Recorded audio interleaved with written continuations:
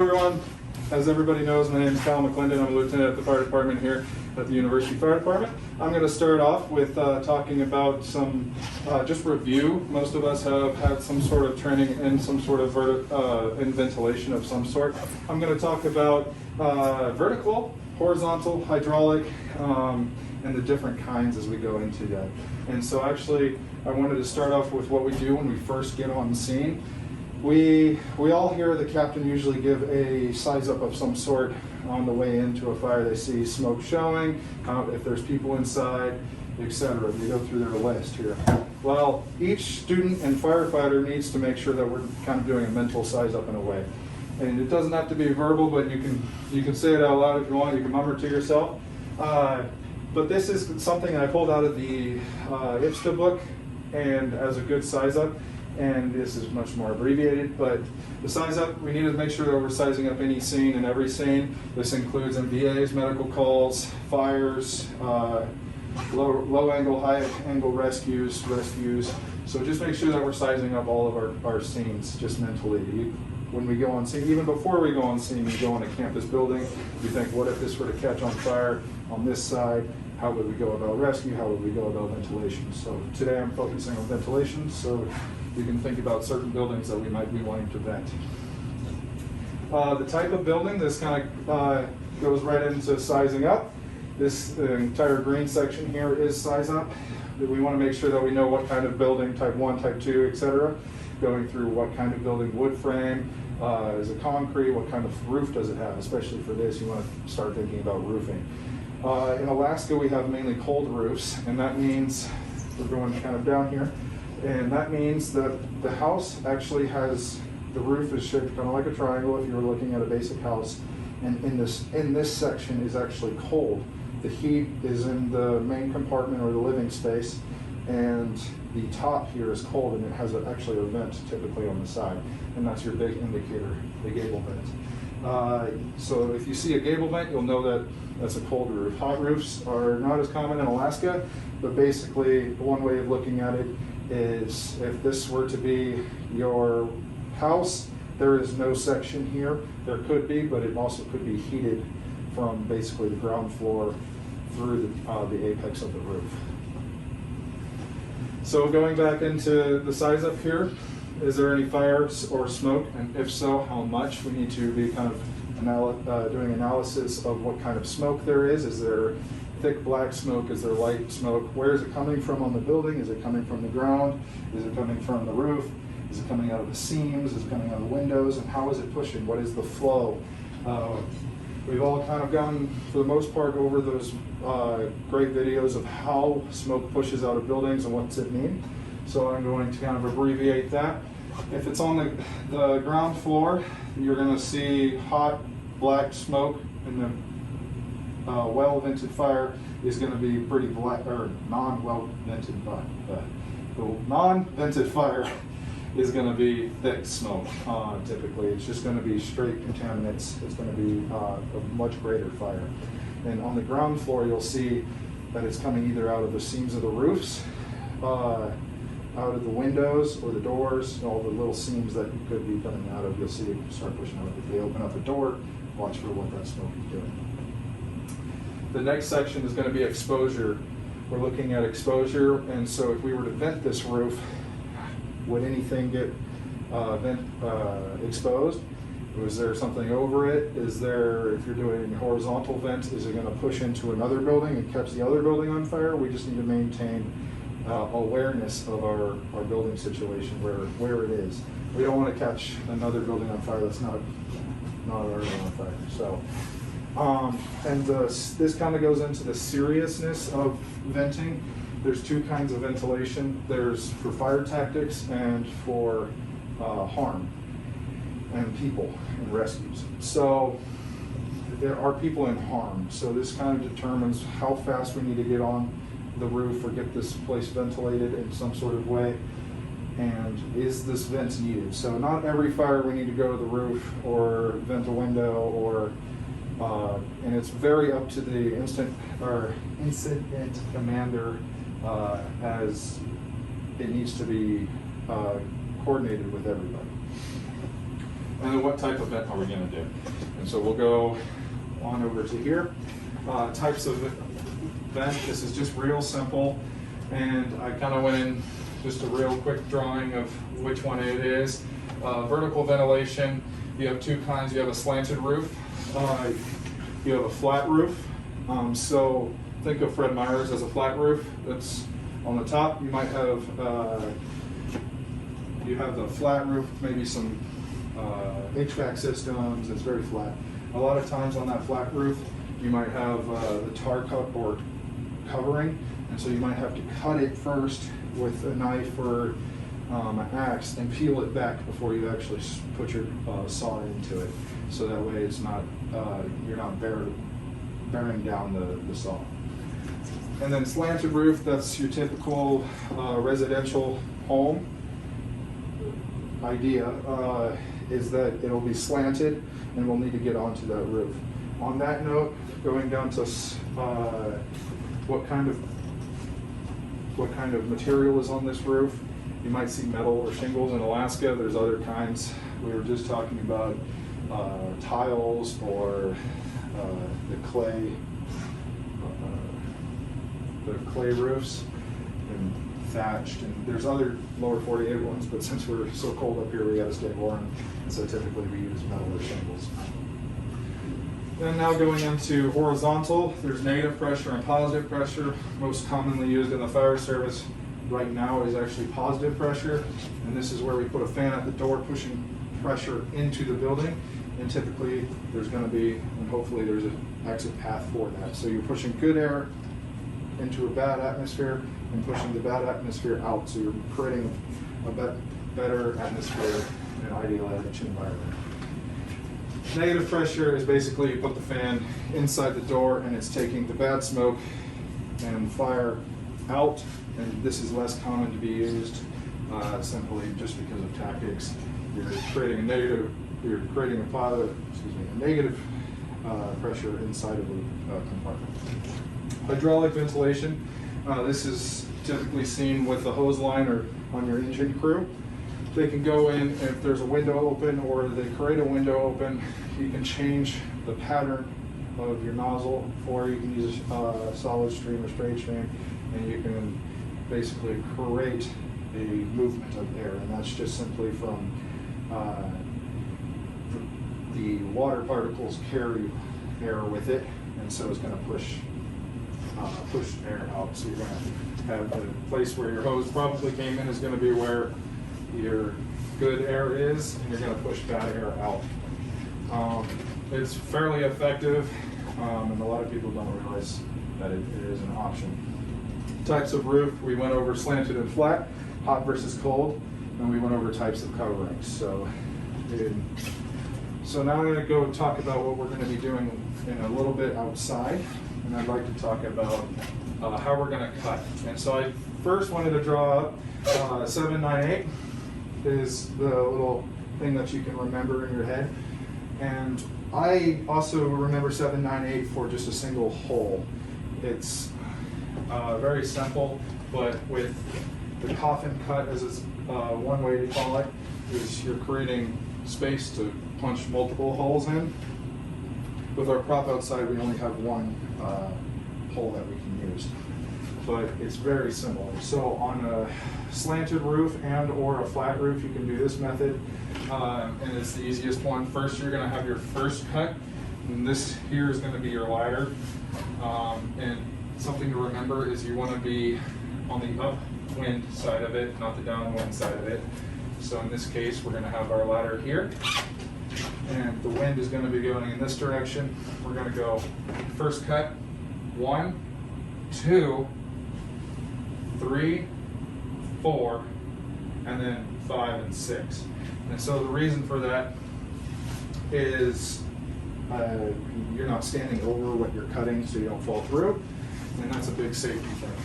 One thing, you can do like a peep hole right here, so when you cut 1 and 2, you can actually make a triangle cut here, and you can actually look through. So we can't do that on our prop just due to the metal the piece that's there, but we can talk about it when we're out there. So first cut, second cut, triangle cut, you have your, making your 9, so 3, 4, 5, 6. And that will, when you do that, you can punch through. So when you do 1, 2, 3, and 4 steps, then you can punch through. And so that way you get a good ventilation from there. You start ventilating that environment, you can continue cutting down, depending on your roof. And if you need to continue doing almost a trench cut style on a flat roof, you can continue moving down all the way to your exit. That's something to remember on flat roofs. You also want to make sure that you're going to your exit, not away from your exit. And with ventilation, something I talked in my previous presentations was there's offensive and defensive tactics, and you want to make sure that you cut above the fire and or the smoke, or you drive that to, you have a plan of driving the fire and smoke to a certain position away from something else. So just kind of keep that in mind as we're out there.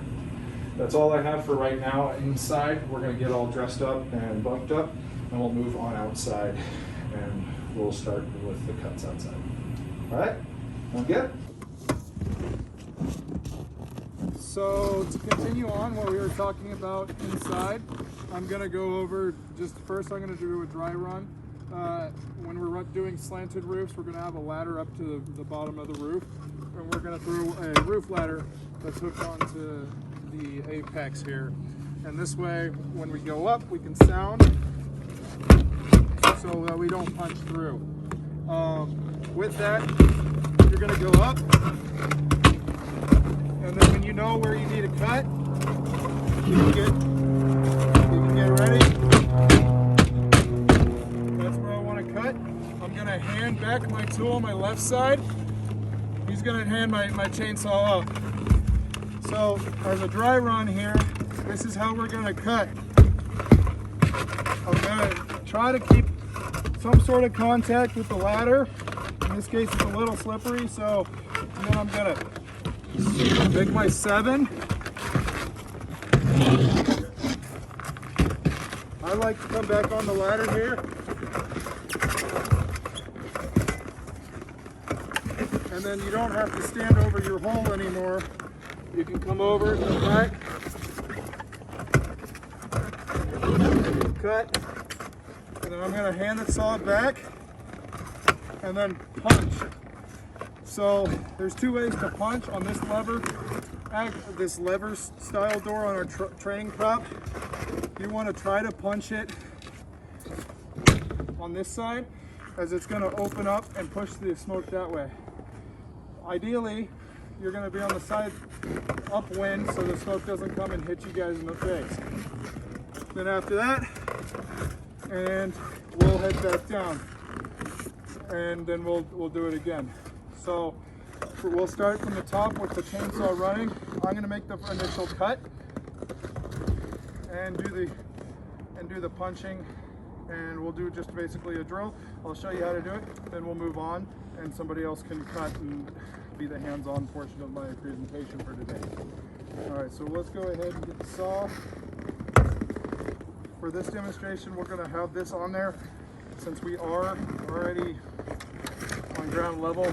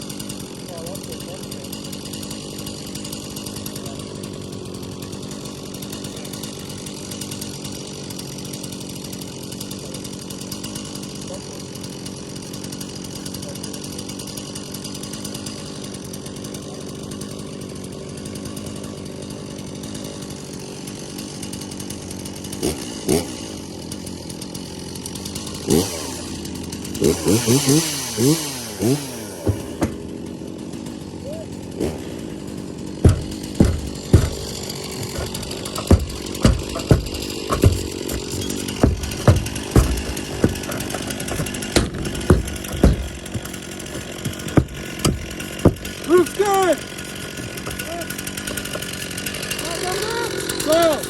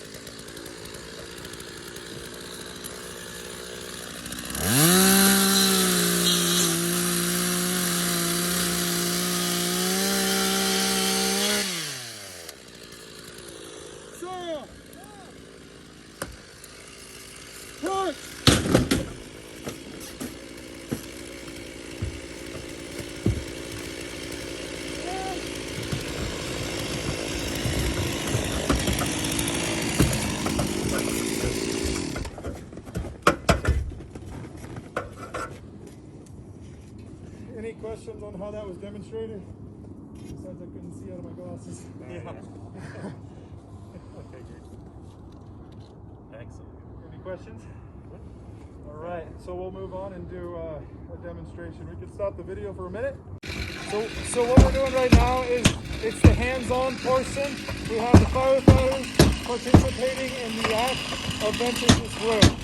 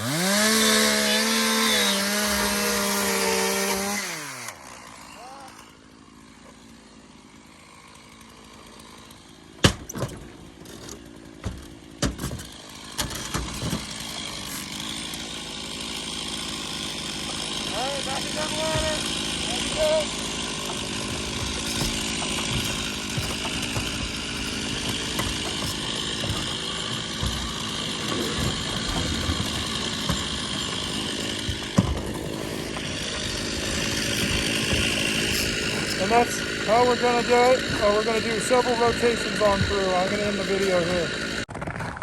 So we're going to do I'll walk through this one with the crew actually going to be participating in the walkthrough. We're not going to run the saws this go around. The next step we will. So my crew is going to come up the ladder.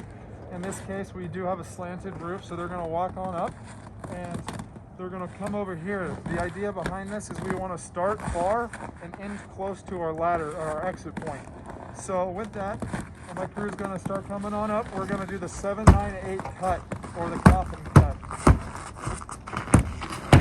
And what he's doing right now is he is sounding the roof, making sure it is stable.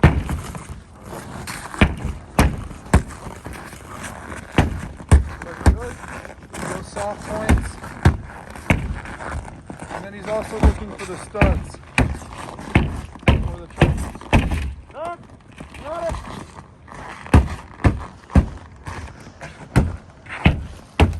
Good. Alright, so step over. Next he's going to begin his top of the 7, or step 1. Top of the 7. Now he's going to cut the second piece, which is the bottom side of the 7. Now working away from where he was, he's actually going to do an inspection cut. Make sure that the smoke and fire actually come on out of the building, knowing that that's the spot that he wants to cut and vent. So now he's going to step carefully in the middle. He's going to make his 9 portion. There completes his 9. So you can punch this side, and next he's going to finish up his 8. And then his buddy is going to go ahead and punch through that, and then that is the end of the exercise, and they're going to exit. Next step is we're going to run it through with the chainsaw, and you'll see an example, and that's going to be their hands-on experience with the saw. And Firefighter Wilson will be having the saw, and Engineer Lamb will have the tool.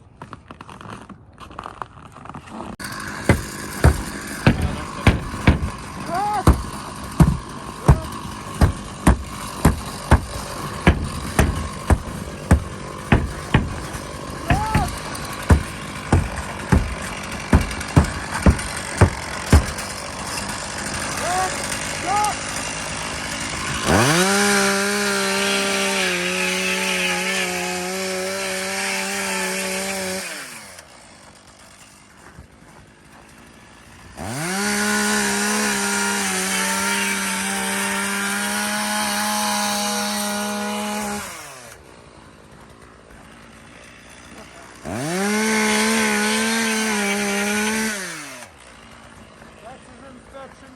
Right there is a triangle for his cut. Now he knows there's smoke and fire coming. He's got to make the finish up the car.